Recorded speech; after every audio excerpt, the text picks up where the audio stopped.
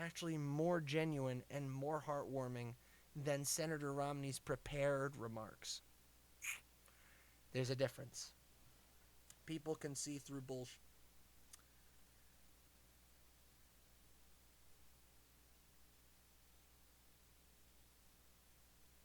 Yeah, so Liz Johnson retweeted that.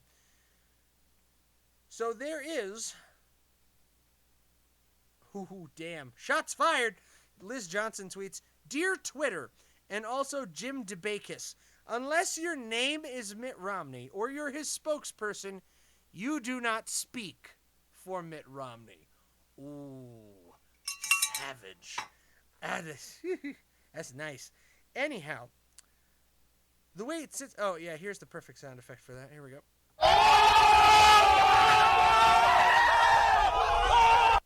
Anyway. Yeah, shots fired, man down. Mitt Romney. Mitt Romney's interesting. He can really go either way. But I'll tell you this. He might be popular in Salt Lake City. I don't even think he's that popular in Salt Lake City right now. But if he actually wants to get the votes in St. George, in Provo, in Cedar City, in Lehigh, you know, every other major population center in Utah outside of SLC, you know, if he wants to be talking to people in Sandy and Brigham City, Park City, Orem, Spanish Fork, Bountiful, then he really needs to remember why he was put in office. He was put in office to represent Republican conservative interests, not his own personal vendetta against President Trump. As I said, the writing is on the wall for Lisa Murkowski and for Suzanne Collins, you know, who indicated rather lukewarmly, I should say, a couple of weeks ago that she would not support seating a replacement in October. Senator Collins told me earlier this month in Maine that she would not seat a Supreme Court justice in October. I think that's too close. I really do. She said she'd also oppose seating a justice in the lame duck if there's a change in presidents. If there's a change in presidents. That's a pretty big if. And this is not exactly the strongest condemnation. I think that's too close. I really do, she said. This is not exactly a glowing condemnation of the concept. Whereas Murkowski did not split hairs. She said she would not support any effort to fill that seat. So Murkowski, I think, is screwed. Murkowski, this may be the last drop that poisons the well for Lisa Murkowski in Alaska. I think Suzanne Collins, she could come out of this one all right. She really could. Now, Mitt Romney, if he is petty enough to use this as an opportunity to needle President Trump, he's going to be the one that winds up getting bit in the arse by all the other people in Utah who want someone to represent their values and not their own personal vendettas. So, kind of pushing that aside for now, you know, I really wish I did have like the Minority Report screens where I could just fling stuff about. Pushing that aside for now, I want you to think back to just a couple of weeks ago. President Trump actually started addressing this back on the 9th, which kind of makes me wonder. Was there some sort of back channel communication between Justice Ginsburg's people and the White House, or a note that was passed saying, somebody needs to inform the president she's not making it this time. She's doing bad. No, they need to get ready. Was somebody actually passing that information along? And I spoke to my mom about this, because my mom and I actually talk about politics an awful lot. I called her up. She lives about an hour west of me. And I said, these two things taken side by side, I mean, I realize that going into your next term of presidency, you want to have your shortlist ready, and that's one of the things that people choose to run. But the timing is just so coincidental, and it's almost too close, just like, you know, kind of similar to what Colin said. It just seems a little too close together. President Trump released the shortlist back here on the 9th, I believe it is, and this was updated on the 18th. And let's see here. Here's the full list, and along with what they're doing right now. So we've got Bridget. This is President Trump's short list. 20 potential candidates for Supreme Court. And I want to know what you think. I want to know who you like on this one. So let me know in the comments. Let me know in the chats. Or tweet at the HoloNet. So you have Bridget Bade, U.S. Court of Appeals for the Ninth Circuit. Ninth Circus. Whew. Daniel Cameron, who is the Attorney General of Kentucky, apparently. I haven't heard of a lot of these people, I'm not going to lie. You have Paul Clement, former Solicitor General of the United States. Senator Tom Cotton, Arkansas. Senator Ted Cruz, Texas. Stuart Kyle Duncan, U.S. Court of Appeals for the Fifth Circuit. Steve Engel, Office of Legal Counsel, Department of Justice. Noel Francisco, former Solicitor General of the United States. Any one of these people sound like they'd be quite qualified based on their previous positions. Senator Josh Hawley of Missouri. James Ho, U.S. Court of Appeals for Fifth Circuit. Greg Katsas, U.S. Court of Appeals, District of Columbia. Barbara Legao, U.S. Court of Appeals for the 11th Circuit. Christopher Landau, U.S. Ambassador to Mexico. Carlos Muniz, Supreme Court of Florida. Martha Packold, U.S. District Court for the Northern District of Illinois. Peter Phipps, U.S. Court of Appeals for Third Circuit. Sarah Pitlick, U.S. District Court for Eastern District of Missouri. Allison Jones-Rushing, U.S. Court of Appeals for the Fourth Circuit. Kate Todd, Deputy White House Counsel. And Lawrence Van Dyke, U.S. Court of Appeals for the Ninth Circus. Yeah. Mr. President, please don't take anybody out of the Ninth Circus. You just got that balanced. Holy crap. Leave it. We need more conservatives on the Ninth Circuit. They need to stay. All right? But a lot of great people on here. I want to know what you think. I think Ted Cruz would make an absolutely solid Supreme Court justice. You know who I would think would make a really, really solid Supreme Court justice? Is not on this list. Oh, God. Why can't I think of his name? Oh, geez, this is going to bother me.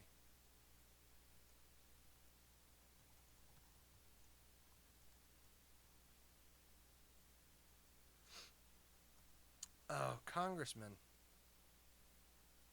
Totally lost my train of thought now. Okay, so you got Tom Cotton, you got Ted Cruz, Josh Hawley, all from the Senate.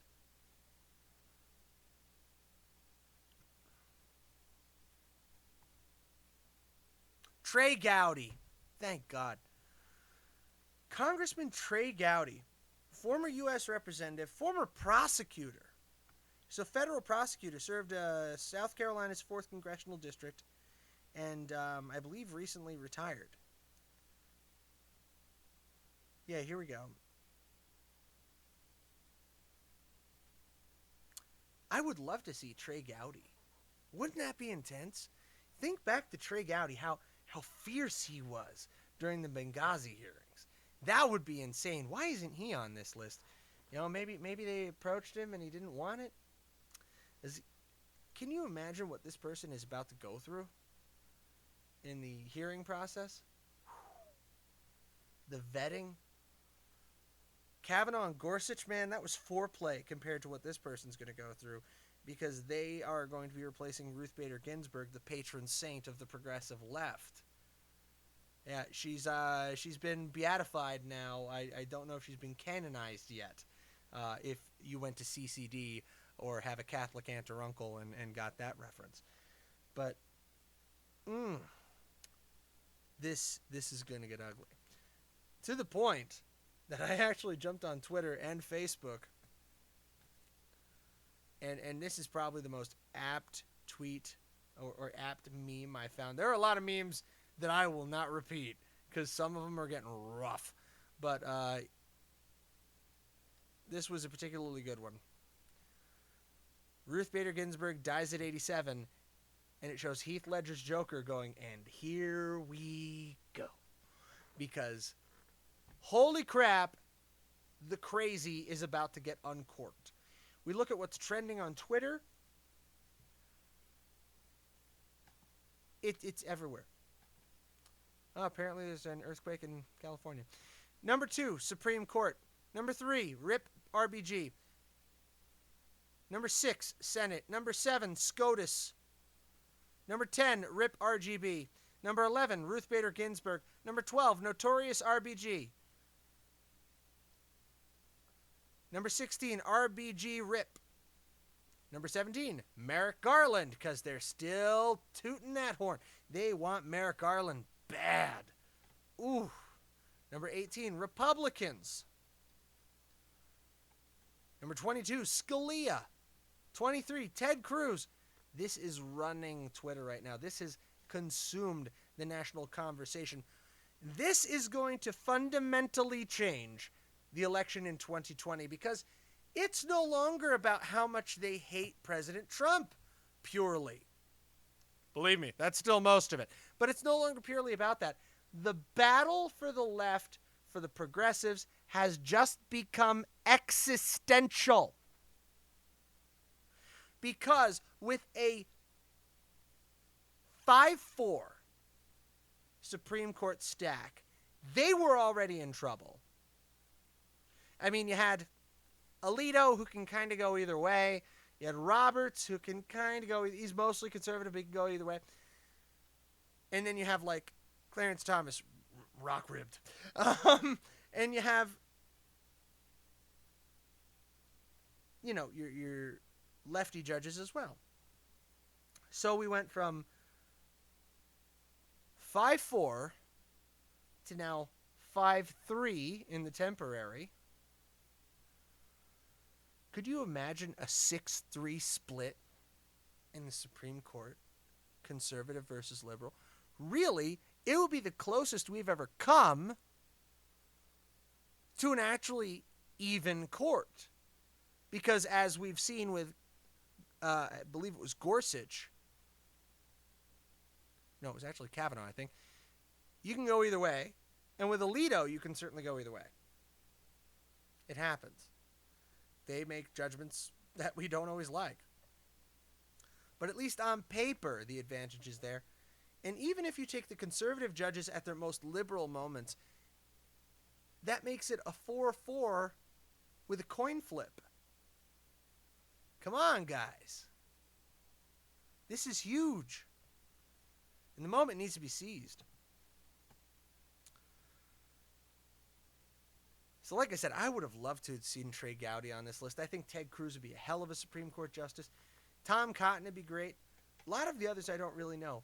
But this is going to reshape the landscape of the presidential election because the struggle is now existential. If another conservative gets sworn in on the bench on the Supreme Court, the Second Amendment is practically safe for at least the next 40 years. Roe v. Wade is at extreme risk to be overturned. Freedom of speech is bound to be upheld as long as the conservative justices stick to their guns. And if President Trump should win re-election, you can bet that all these Antifa and BLM protesters and arsonists and rioters, I say protesters, they're going to start getting prosecuted, and when these cases get up to the Supreme Court or up to the appellates, they're going to get slapped away because President Trump has done a hell of a job in populating the courts. You know, we just had a story back here on the 15th.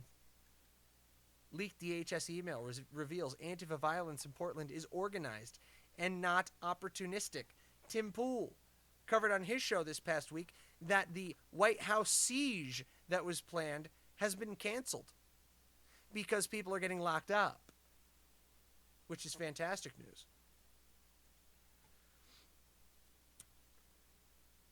But a couple of quick things. If you haven't yet, I strongly recommend you do. Get on preparewithmojo50.com. Preparewithmojo50.com. Get your My Patriot Supply food supply. Get your 4-week emergency food supply kit, $197, 2,000 calories a day with 284 servings.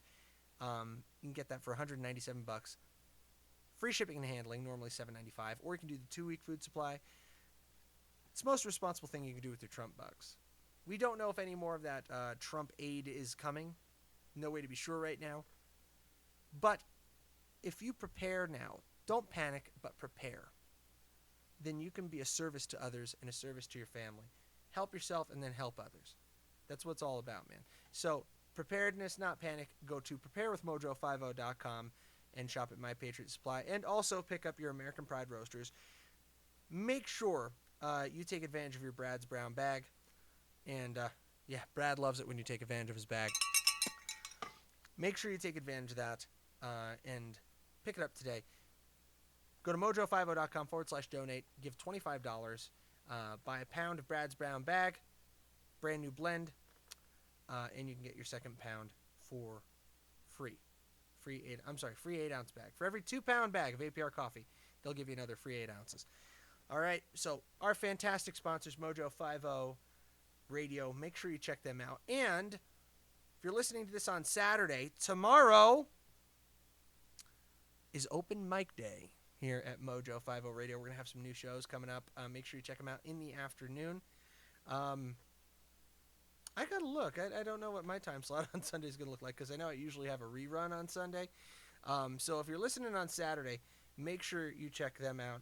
And let's just see what the schedule looks like right now because this sucker keeps changing. I got to talk to Ron about this. Ron! Ay. So here's the Mojo50 open mic. You can find it on mojo50.com. They say bring it! The first shows are going to be starting on October 4th. All right? And they have rules. Beginning Sunday, October 4th, they're going to open up the 12 p.m. ET to 4 p.m. ET slots for 1-hour shows to debut to the audience. There's a number of them running around out there. But if you're interested, get your name in. Do it now. All right? So let me get over to the schedule here. But we're looking to bring on some new talent to the platform because we're always seeking to grow and give a voice to the voiceless. So if you're, as I said, listening on Saturday, immediately after this show, we're actually sandwiched, if you will, not in the weird way, but we're sandwiched between two brand new shows. You got Pepe's Corner, which airs before us at 3 o'clock Pacific, and that's with Stephen, Joe, and Dylan. You got Liberty's Lighthouse with Peter Serafine, and apparently we're on the same wavelength, me and Peter. I didn't even know we talked about the 17th Amendment in the same damn day. I was like, what? Last week, seriously, we did like shows that if you listen to them back to back, pretty much ran together. It was stupid. So we're trying to talk. I'm going to see if I can do a little crossover action, a little crisscross, and hang out with Peter Serafine for an hour. We're going to see if we can make that work. I hope I'm not butchering his name. But yeah, check out Pepe's Corner before the HoloNet, Liberty's Lighthouse after. So that is at 3 and 5 p.m. Pacific time, respectively, for our friends on the East Coast, 6 and 8. But check that out before and after the HoloNet. And make sure that you're sticking around for Peter Serafine and Liberty's Lighthouse. If you're listening on the Sunday, Conservative Perspective comes before me, and Liberty Lighthouse again with Peter Serafine coming in after. But like I said, that after October, oh no, it's 12 to 4, so woohoo, I'm still on. Yeah. So it looks like I'm still doing my Sunday repeat after October 4th. Don't know for sure. Sundays never, The Saturdays, always, you're going to find your HoloNet episode at 4 p.m. Pacific, 7 p.m. Eastern. So make sure you are here and nowhere else. But yes, I do want to congratulate the people who are going to be bringing it for the Mojo50. I'm told I can endorse one, but I haven't seen them all yet. Okay, I know a couple. I know some of these people personally, but I haven't seen them all yet. So I'm withholding the HoloNet's official endorsement until such a time as I've had a chance to actually see what the shows are all going to be. If you want me to talk about your show, hit me up. I'll be happy to do so once I look at all of them because per orders, I can endorse one show. That's it. All right? So, Mojo50 open mic. Go to mojo50.com. Click on the link there. Enter your information in if you want a shot at joining the Mojo50 family. We have a lot of fun here. We work hard.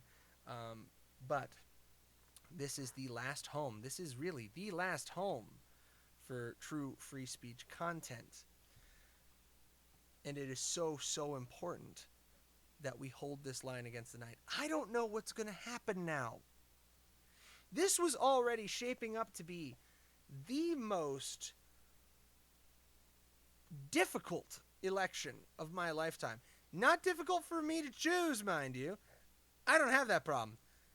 But it might be difficult for all of us to come out on the other side of. I have never seen the nation more divided. I've never seen people more violent. Honestly, I think we're being primed. I think that my generation, the generation that's come before, has potentially even been groomed for this. I mean, I was looking at stuff like the Hunger Games that came out a couple years ago and the Divergent series. And, you know, I could probably build a whole show around this, and I might. Looking at all these post-apocalyptic dystopian futures where the protagonist is always the person fighting to bring down the government, the evil government. It feels like a couple of generations of Americans have just been weaponized for this purpose. So now with Ginsberg's seat up in the air, it's only going to make me crazy. So keep your head on a swivel. Good night. God bless you. God bless you. From Phoenix, Arizona, I'm Matt Holloway. End transmission.